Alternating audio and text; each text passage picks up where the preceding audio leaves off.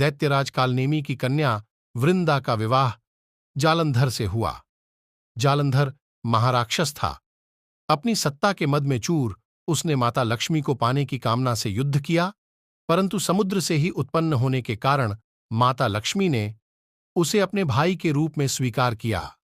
वहां से पराजित होकर वह देवी पार्वती को पाने की लालसा से कैलाश पर्वत पर गया। भगवान देवाधिदेव शिव का ही रूप धरकर माता पार्वती के समीप गया, परंतु मां ने अपने योग बल से उसे तुरंत पहचान लिया तथा वहां से अंतर्ध्यान हो गईं। देवी पार्वती ने क्रुद्ध होकर सारा वृतांत भगवान विष्णु को सुनाया।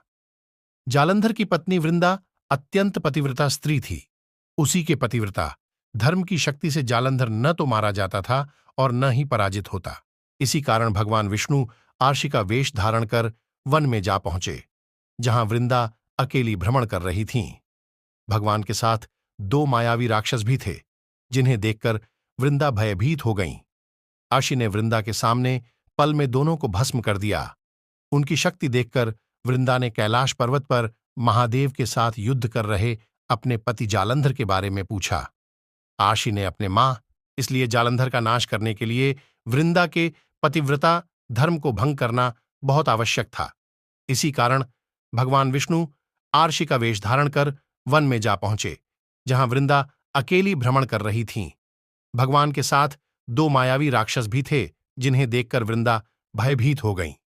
आर्षि ने वृंदा के सामने पल में दोनों को भस्म कर दिया।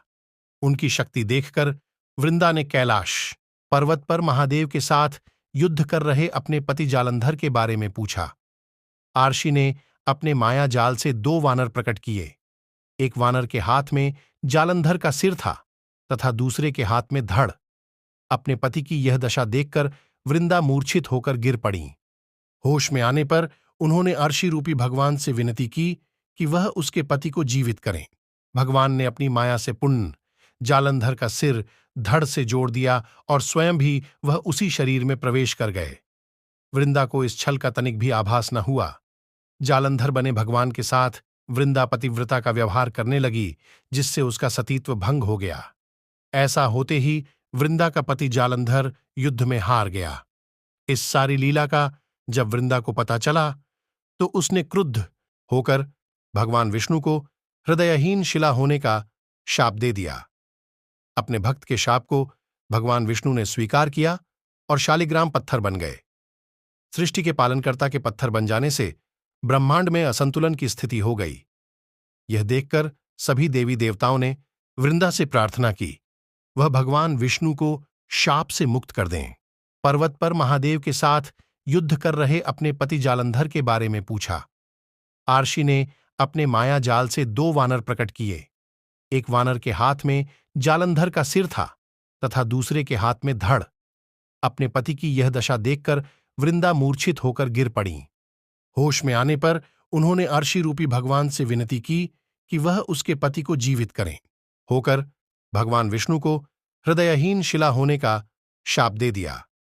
अपने भक्त के शाप को भगवान विष्णु ने स्वीकार किया और शालिग्राम पत्थर बन गए। सृष्टि के पालनकर्ता के पत्थर बन जाने से ब्रह्मांड में असंतुलन की स्थिति हो गई।